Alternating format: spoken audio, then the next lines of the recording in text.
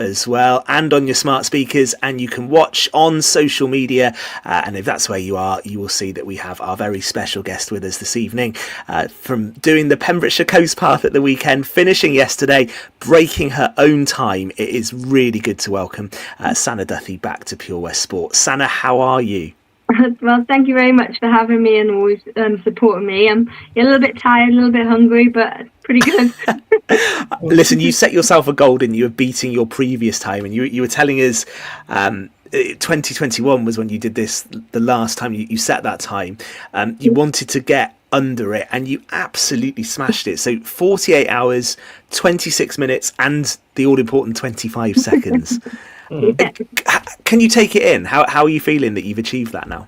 Well, to be honest, at Dina's Head, the second night was really rough going. Just the terrain, being awake for 2 days, a few things in there that made it tough.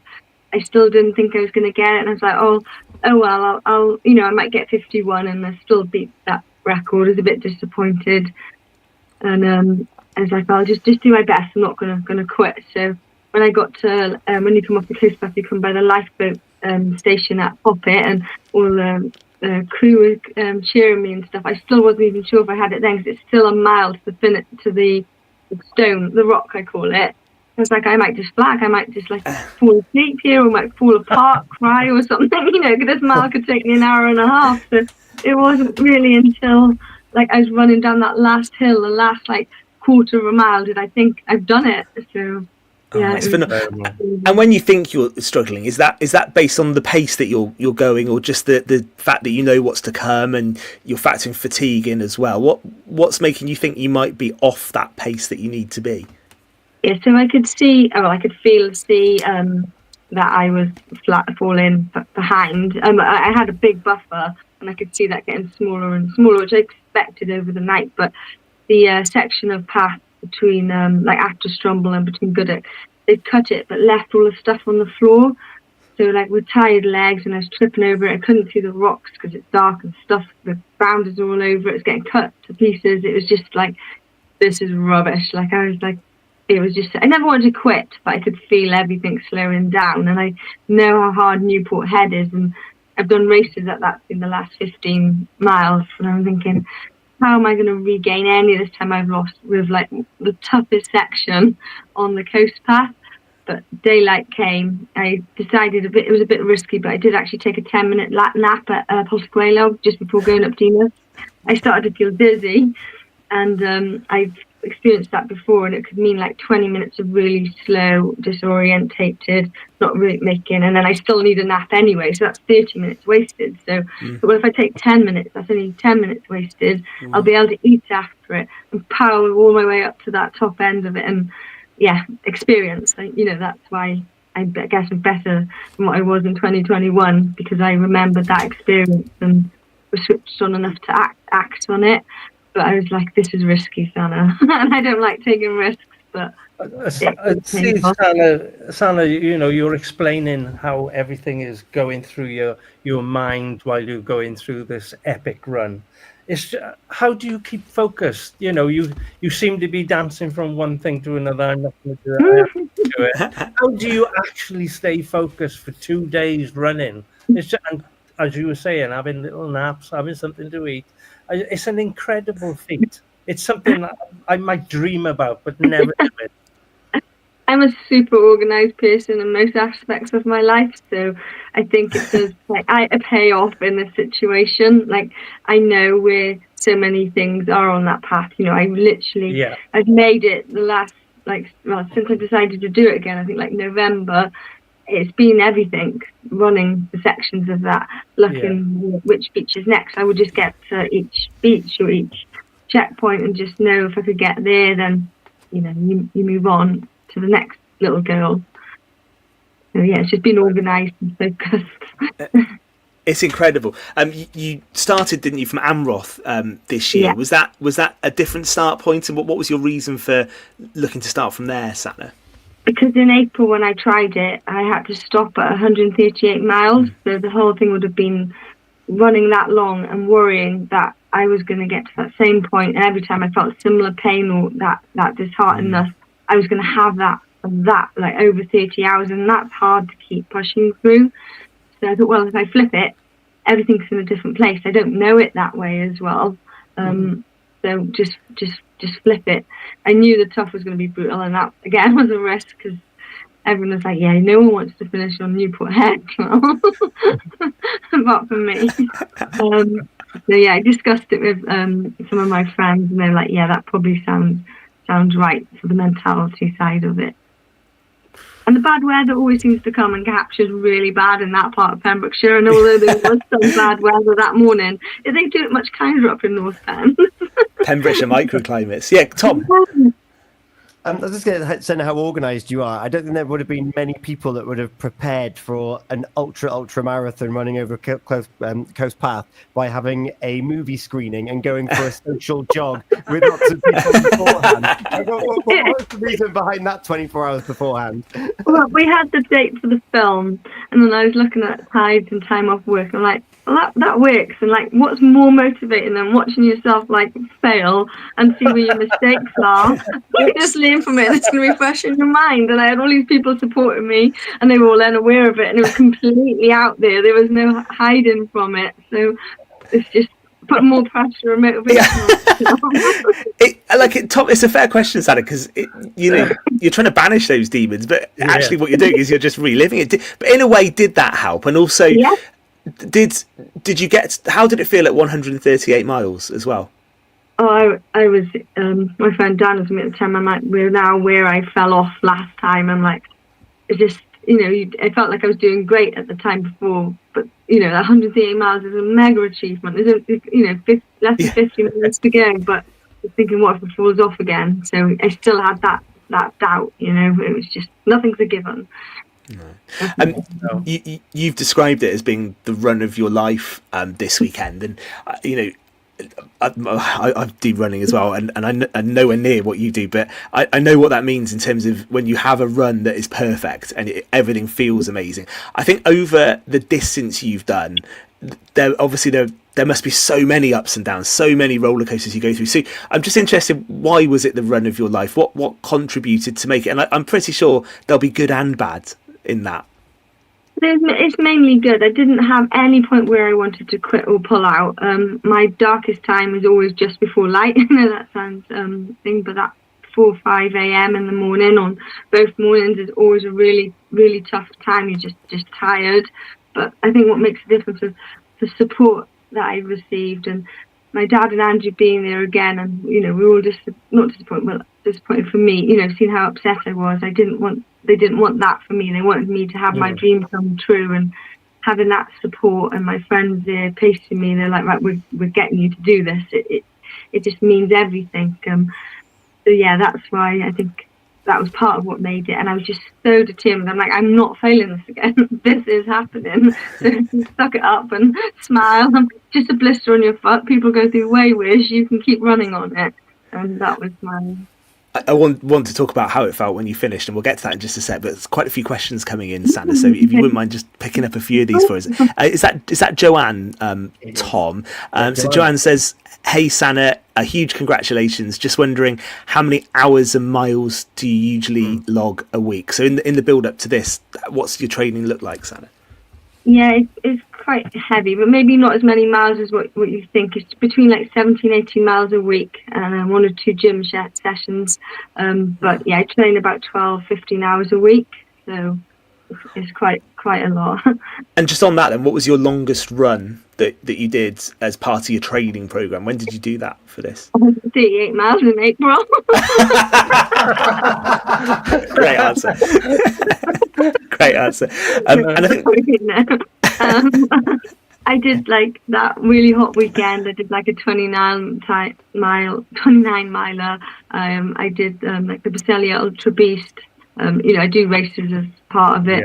I went to France, which was good training as well in the heat, and ran 42 miles and did a race. So yeah, some of them are long, but it's a lot of like more like 15-mile days and 20-mile days on the weekends, and then just shorter miles in the weeks to keep ticking over, and some tempo sessions. And I think we had one from Jason, who I think did he say he ran with you? Yeah. Congratulations, Sanna. This is from Jason Chapman. What an inspiration you are. It was a great way to start my birthday running with you, and an even better present, you completing what you wanted to do. Well done. So did you have people join with you on parts of the run, Sanna? Yeah, so I had like a little group chat where set people committed to time, and then some people joined me en route. So Hannah, Jason's partner, I think, persuaded him to come and join, and yeah, he turned 48 while I think going through Nayland with me. So yeah, that was good. And like I didn't really have as much day support, but there was this guy in Broadhaven who goes, "You, San?" I'm like, "Yeah." He goes, "Well, I'm on holiday here. I want to do my long run with you." And he ran all the way from Broadhaven to Solva with me, and that was amazing. Wow. Yeah. And there's a guy on here, holiday here, with his family from Pendine. Well, he's staying in Pendine from Chester. He came and spent like 3 hours running me yesterday morning as well. It's just phenomenal. My friend did 40 miles in one stint through the first night. It's not, everyone is part of it. It's just legends, and yeah. That's the bit I'm also interested in. Is the night time, and what that's like. So, how did you find that, Sanna? And maybe on that first night, and then tell us about the second as well, when you obviously fatigue is kicking in as well. What was that like, and what were some of the challenges and areas you covered in the dark? Well, the first night was okay actually, because most of that was like Pembroke, Milford, Cleddau Bridge, or that area, which is kind of hometown to me, and it's easy to move along because it's a lot of tarmac or easy trails. However, the worry was I got to Sandy Haven too early and they're quite slack ties, and yeah, I did. And my dad, the hero, he drove round like my side, put a stick on with the light so I knew where the bridge was, and then drove all the way back round to be there because he knew I'd have wet feet. So because I waded across the bridge, there's a giant crab on it, which I'm absolutely petrified. And I'm just wading across and going, yeah, I'm iconic. And I'm like, who is this person? So the bit that then was a massive buzz because it was just funny. But the second night was like nabbing over Pulstawi and much more rugged, tough sections, high cliffs, and when you're tired, I was like, "Oh, Sanna, please don't fall." So I managed to not get sleepy and stay awake, but the pace was so much slower. And my friend Dan kept me company, and it was just quiet miles of me nabbing and focusing and pushing on, which is tough, but you just head down, lock it in, get it done. No point in whining or letting it get to you. Just keep moving. Incredible.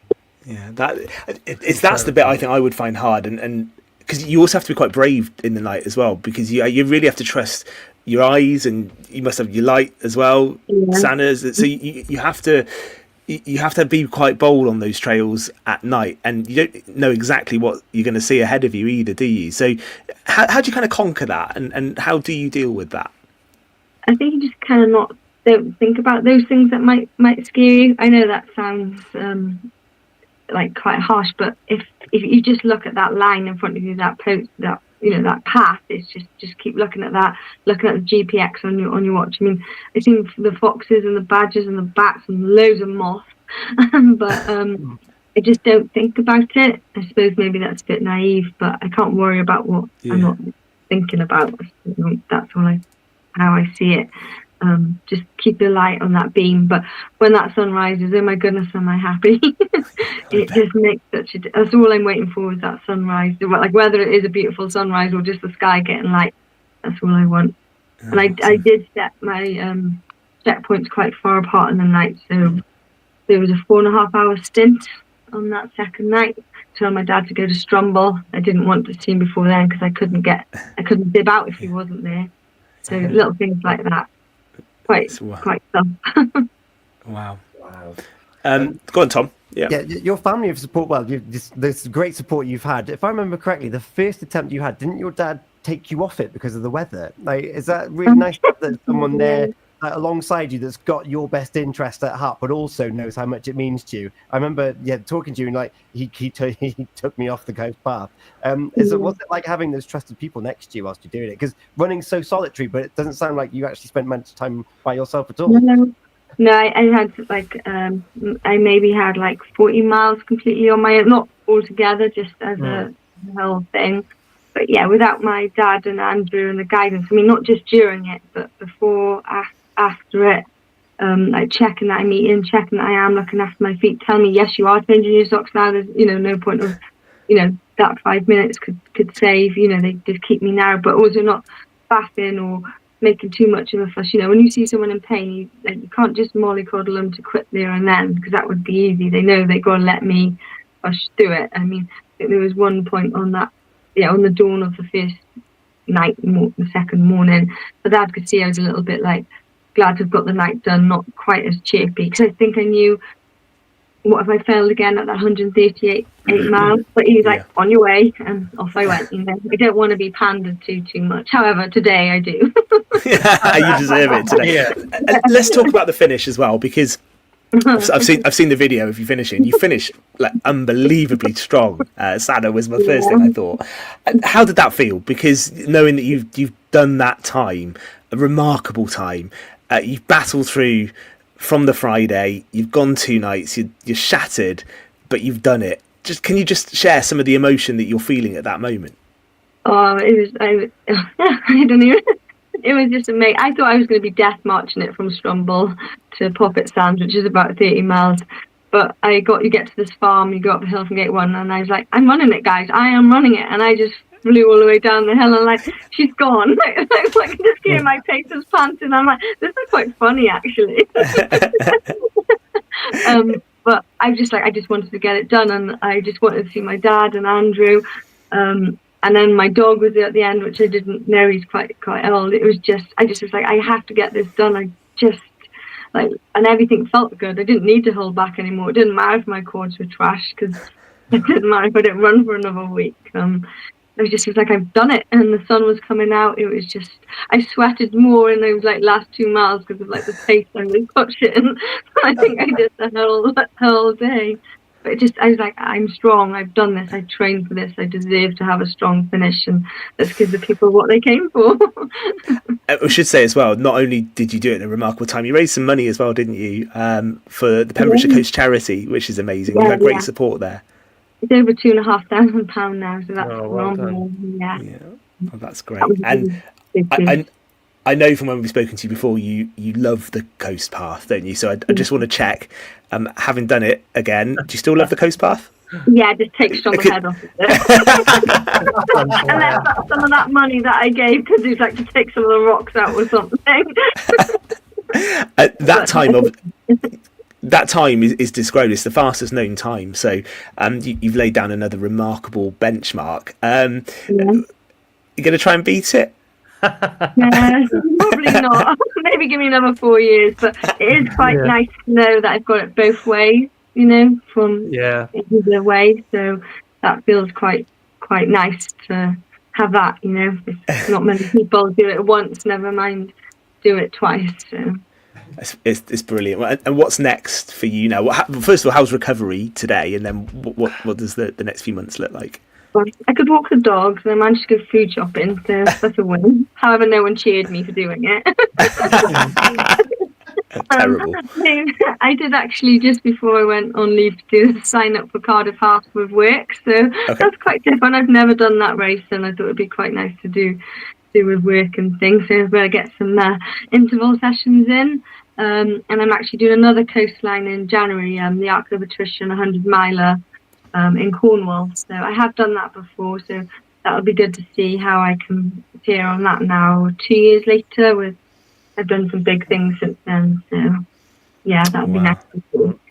Yeah, see, plenty still to come, I think, Sanna. Do you feel like having done this challenge, is it in your mind, what can I do next? Do you find yourself thinking about that? Yeah, it's always tough after doing something that you've really worked hard, and failing it, and then doing it again. It can be quite tough mentally, and just on myself. I've been here before, so I'll just plan something big again. On that point, you've got a whole documentary of you failing at your challenge. Please tell me you've got something similar of you completing it and smashing your record. I think so. So yeah, I was quite fortunate. I had 2 film people at the first one, and Martin from Kelpin Fair, and he lives locally, so he has come and carried on. So it'll be kind of a merge. It'll have two chapters, I guess. So yes, no, I don't know when. No, Martin has a lot of sleep to catch up on too, and he's amazing as well because he came and supported me for some of the miles. And if I ever did need anything from him, I could have had it as well. So. Wow, listen, it's amazing to talk to you, and thank you for being awake at 9:45 this evening as well, because I bet you're absolutely shattered. You've got plenty of sleep to catch up on. Sanna, honestly, you're inspirational, and we've seen from the comments we've had, you are inspiring people, and I think I always get the feeling when we talk to you, you really believe everyone has got this in them, don't you? And everyone's got a run in them, I think, and it doesn't matter how quick you are, it doesn't matter the distances, but just getting out there and enjoying it is what it's all about, because you do love it, don't you? Yeah, I really do. Yeah, it's just being out. Our coast is beautiful. Just go out to see it. In whatever form you want to go see it or how you get there, just go out and visit it. We're all local to it around here, in some area, and it's all got beauty and wildlife, and it's just rugged. Just do it. It makes you feel alive. Well done. 48 hours, 26 minutes and 25 seconds. There it is from us all at Pure West. Congratulations, Sanna. Absolutely brilliant. And thank you for being with us on the show this evening. Well, thank you for having me. It was a pleasure. Always welcome. We're going to come back for the final part of tonight's Pure West Sport next. Pure West Sport Show, sponsored by